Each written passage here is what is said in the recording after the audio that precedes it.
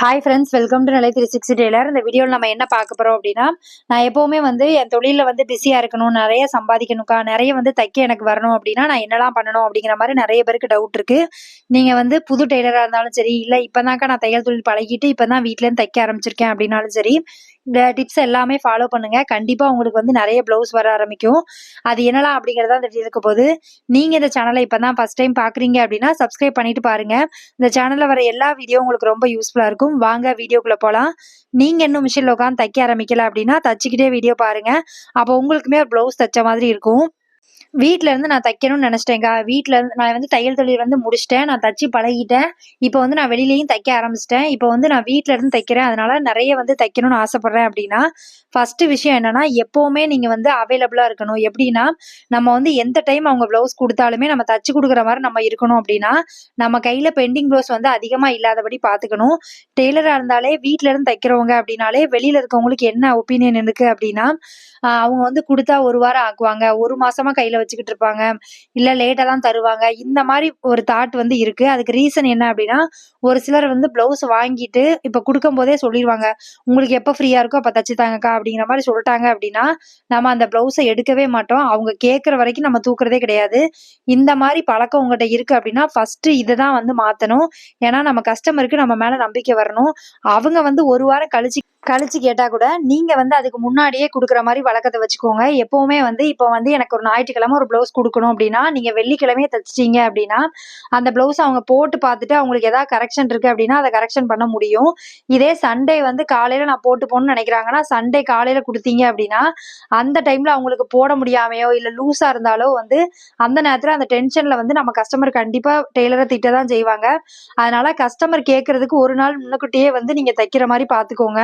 நான் வந்து டைரியில நோட் பண்ணும்போதே கஸ்டமர் என்ன கேட்குறாங்களோ, அதுக்கு முந்தின நாள் டேட் போட்டு தான் நான் வந்து சேவ் பண்ணுவேன். ஏன்னா, நம்ம வந்து முந்தின நாளே தச்சுட்டோம் அப்டின்னா, நமக்கு அவங்களுக்கு போட்டு பார்க்கறதுக்கு கொஞ்சம் ஈஸியா இருக்கும். மேக்ஸிமம் வந்து ப்ளவுஸ வந்து நான் போட்டு பார்க்கறதுக்கு வீட்லயே வந்து அலோவ் பண்ணுவேன். ஏன்னா, அவங்க வந்து வீட்லயே போட்டு பார்த்துட்டாங்க அப்டின்னா, சின்னதா ஒரு ஆல்டர் இருக்கு அப்டின்னா, அத பண்ணி குடுத்துறலாம் அப்டிங்கிற மாரி நான் யோசிப்பேன். உங்க வீட்ல அந்த ஆப்ஷன் இல்ல அப்டின்னா, நீங்க வந்து வீட்ல போட்டு பாருங்கக்கா. போட்டு பார்த்துட்டு ஏதாவது ஆல்டர்னா சொல்லுங்க. நான் சரி பண்ணி குடுக்கேன் அப்டிங்கிற மாரி சொல்லியே வந்து நீங்க ப்ளவுஸ குடுங்க.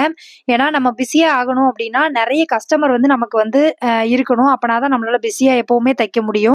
அதே மாரி கஸ்டமர்ட்ட வந்து நம்ம எப்படி பேசணும் அப்படிங்கிறத கத்துக்கணும் கண்டிப்பா. ஏன்னா எல்லா கஸ்டமரும் ஒரே மாதிரி இருக்க மாட்டாங்க. நான் வந்து கிட்டத்தட்ட ஒரு 15 வருஷமா தைக்கிறேன். இந்த டைம்ல வந்து நான் நெறைய கஸ்டமர் பார்த்துருக்கேன். ரொம்ப ரூடா பேச பார்த்துருக்கேன். இல்ல நம்ம பெரிய தப்பு பண்ணியிருப்போம். அத வந்து சாதாரணமா சொல்ற மாரியும் நான் பார்த்துருக்கேன். ஏன்னா 2 ஆட்கள் ஒரு சிலர் வந்து காசு குடுத்துட்டோம். அதனால அவங்கள என்ன வேணாலும் பேசலாம் அப்படிங்கிற மாரி பேசுவாங்க. ஒரு சிலர் வந்து இல்ல அவங்களும் மனுஷங்க தானே, ஏதோ ஒரு தப்பு நடந்திருக்கும். நம்ம சரி பண்ணி குடுக்கலாம், கேட்கலாம் அப்படிங்கிற மாரியும் இருப்பாங்க.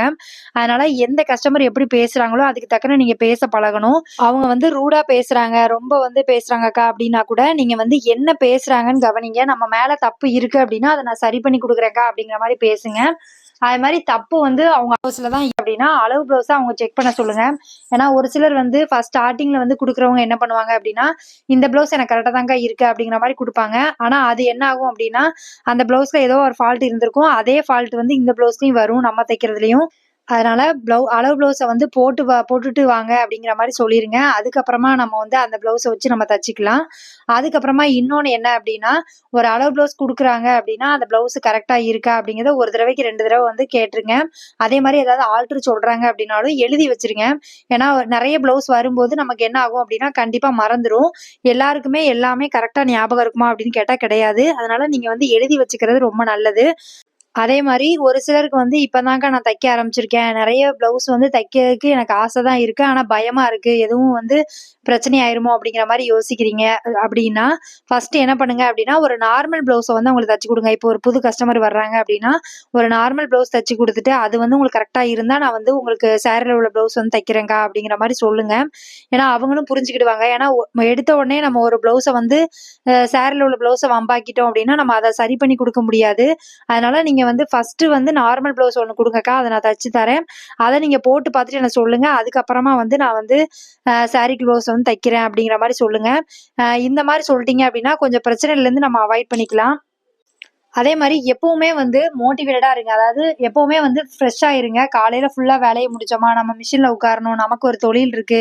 நம்ம வீட்ல இருந்து தானே தைக்கிறோம். எதுக்கு மிஷின்ல உட்காரணும் அப்படின்னு நினைக்காம, காலையில எந்திரிச்சோன வீட்டு வேலையெல்லாம் முடிச்சுட்டு, எப்பவும் போல வந்து நீங்க மிஷின்ல உட்கார டயத்துக்கு கரெக்ட்டா உட்காரணும் அப்படிங்கிற மாரி பிளான் பண்ணுங்க. டெய்லி தைக்கணும்னு நினைக்கிறவங்க, காலையில 10 மணிக்கு கண்டிப்பா மிஷின்ல உட்காரணும். அப்பனா மட்டும் தான் உங்களால வந்து நெறைய ப்ளவுஸ் தைக்க முடியும். எப்பவுமே வந்து நம்ம சுறுசுறுப்பா இருந்தா மட்டும் தான் நமக்கு அந்த நாளும் சுறுசுறுப்பா ஓடும். நம்ம வந்து வெளியில போய் வேலை பார்க்குறோம் அப்படின்னா, எந்த டைமுக்கு போயிட்டு, எந்த டைமுக்கு வர்றேன்னு சொல்றாங்களோ, அந்த டைம் நம்ம போயிட்டு, அந்த டைம்ல வருவோம். அதே மாரி தான் நீங்க வீட்ல இருந்தாலுமே உங்க தொழில அப்படிதான் நீங்க பார்க்கணும்.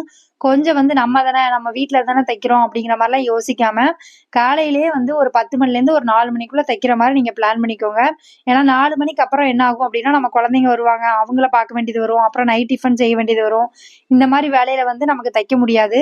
அதனால நீங்க டெய்லரா இருக்கீங்க, வீட்ல இருந்து தான் தைக்கிறீங்க அப்படின்னா, காலையில 10 மணிக்கு நான் மிஷின்ல உட்காரணும் அப்படிங்கிற மாரி நீங்க வந்து உங்கள வந்து மோட்டிவேட் பண்ணிக்கோங்க. கண்டிப்பா வந்து உங்களால தைக்க முடியும்.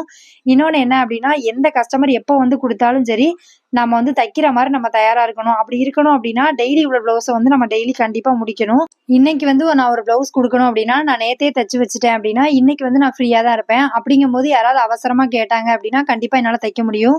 இதே இது இன்னைக்கு உள்ள ப்ளவுஸ் வந்து எனக்கு ஒரு 3 ப்ளவுஸ் இருக்கு. நான் குடுக்க வேண்டியது இருக்கு அப்படின்னா, எனக்கு இன்னைக்கு குடுக்குறவங்களுக்கு ப்ளவுஸ் வாங்குறதுக்கு கொஞ்சம் பயமா இருக்கும். ஏன்னா முடியுமா? முடியாதாங்கிற மாரி டவுட் இருக்கும்.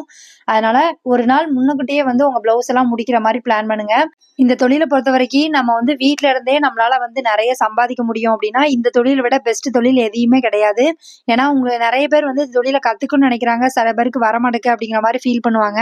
அப்படி இருக்கிற பட்சத்துல உங்களுக்கு வந்து தையல் தொழில் தெரியும். நான் வீட்ல மிஷின் வச்சிருக்கேன்க்கா அப்படின்னு சொல்றவங்க, எதனால வந்து தைக்காம இருக்கீங்க அப்படிங்கிறது எனக்கு தெரியல. ஏன்னா, இதுல கிடைக்கிற வருமானம் மாரி நம்ம வெளியில போய் வேலை பார்த்தா கூட இந்த வருமானம் நமக்கு கிடைக்காது. ஏன்னா, ஒரே நாள்ல வந்து நம்மளால ரூ. 500 சம்பாதிக்க முடியும், ரூ. 1000 சம்பாதிக்க முடியும், ரூ. 2000 சம்பாதிக்க முடியும். எல்லாமே வந்து நம்மளோட வேலையில தான் இருக்கு. நம்ம ஒரு 1 ஹவர் வேலை பார்த்தோம் அப்படின்னா, கண்டிப்பா வந்து ஒரு ரூ. 200 சம்பாதிக்க முடியும். அப்படிப்பட்ட தொழில் வந்து தெரிஞ்சுட்டு நம்ம சும்மா இருக்கோம் அப்படின்னா, நம்ம தான் மேல தான் தப்பு. ஒரு சிலர் வந்து ஒரு ஒரு 4 நாள் வந்து நல்லா தச்சுட்டு இருப்பீங்க. அதுக்கப்புறமா ஏதாவது ஒரு கஸ்டமர் வந்து ஏதாவது ஒரு ஃபால்ட் இருக்கு அப்படிங்கிற மாரி சத்தம் போட்டு போயிட்டாங்க அப்படின்னா, அடுத்த நாள்லேருந்து எதுக்கு போட்டு தச்சுக்கிட்டு, அது வந்து தச்சா நம்மள வந்து சத்தம் போடுறாங்க. எதுக்கு இந்த தேவையில்லாத வேலை அப்படிங்கிற மாரி யோசிச்சுட்டு நம்ம வெளியில போய் கூட வேலை பார்த்துரலாம் அப்படிங்கிற மாரி நான் ஒரு சிலர் வந்து நினைப்பீங்க. என்னன்னா வெளியில போய் நம்ம வேலை பார்க்குறோம் அப்படின்னாலும், வெளியில நம்மள யாருமே வந்து சத்தம் போட மாட்டாங்களா அப்படிங்கிறத யோசிங்க. ஏன்னா நம்ம வந்து எங்க போய் என்ன வேலை பார்த்தாலுமே சரி, நம்ம ஒரு தப்பு பண்றோம் அப்படின்னா, கண்டிப்பா வந்து சத்தம் போட தான் செய்வாங்க. ஏன்னா, நமக்கு வந்து ஒரு தொழில் கத்துக்கணும் அப்படின்னா, தப்பு பண்ணாம யாருமே கத்துக்க முடியாது. நீங்க எவ்வளோ பெரிய டெய்லரா இருந்தாலும் போய் கேளுங்க. ஸ்டார்ட்டிங் ஸ்டேஜ்ல அவங்க நெறைய தப்பு பண்ணியிருப்பாங்க. ப்ளவுஸ மாத்தி அடிச்சிருப்பாங்க. நெறைய விஷயம் வந்து நடந்திருக்கும் தப்பா. அதெல்லாம் பார்த்து பார்த்து தான் கத்துக்கிடுவாங்க. ஒரு ப்ளவுஸ்ல வந்து ஒரு தப்பு நடக்கும்போது தான் நம்ம அடுத்த ப்ளவுஸ்ல அது பண்ண மாட்டோம். இன்னொன்னு என்ன அப்டின்னா, டெய்லி நம்ம வந்து தச்சு பழகும்போது வந்து தைக்கிறத விட, நம்ம வந்து டெய்லி வந்து கஸ்டமரோட தைக்கும்போது தான் நமக்கு என்னென்ன தப்பு வருது, நம்ம எத வந்து எப்படி கரெக்ட் பண்ணணும், எந்த இடத்துலலாம் நமக்கு மிஸ்டேக் வருது அப்படிங்கிறது நமக்கு தெரியும். ஏன்னா நம்ம ஒரு தொழில் வந்து கத்துக்கிட்டு இருக்கோம் அப்படின்னா, அந்த இடத்துல வந்து நம்ம ஒரே சைஸ் வச்சு தான் தைப்போம். ஒண்ணு நமக்கு தச்சிருப்போம், இல்ல நம்ம ரிலேஷன் யாருக்காவது ஒருத்தவங்க மட்டும் தான் தச்சிருப்போம். அப்ப 2, 3 சைஸ் தான் நம்ம தச்ச மாதிரி இருக்கும். வெளியில வாங்கி தைக்கும்போது தான், நம்ம டெய்லி வந்து ஒவ்வொரு சைஸ்ல தைக்கிற மாரி இருக்கும். அப்ப வந்து நமக்கு எக்ஸ்பீரியன்ஸும் நெறைய கிடைக்கும்.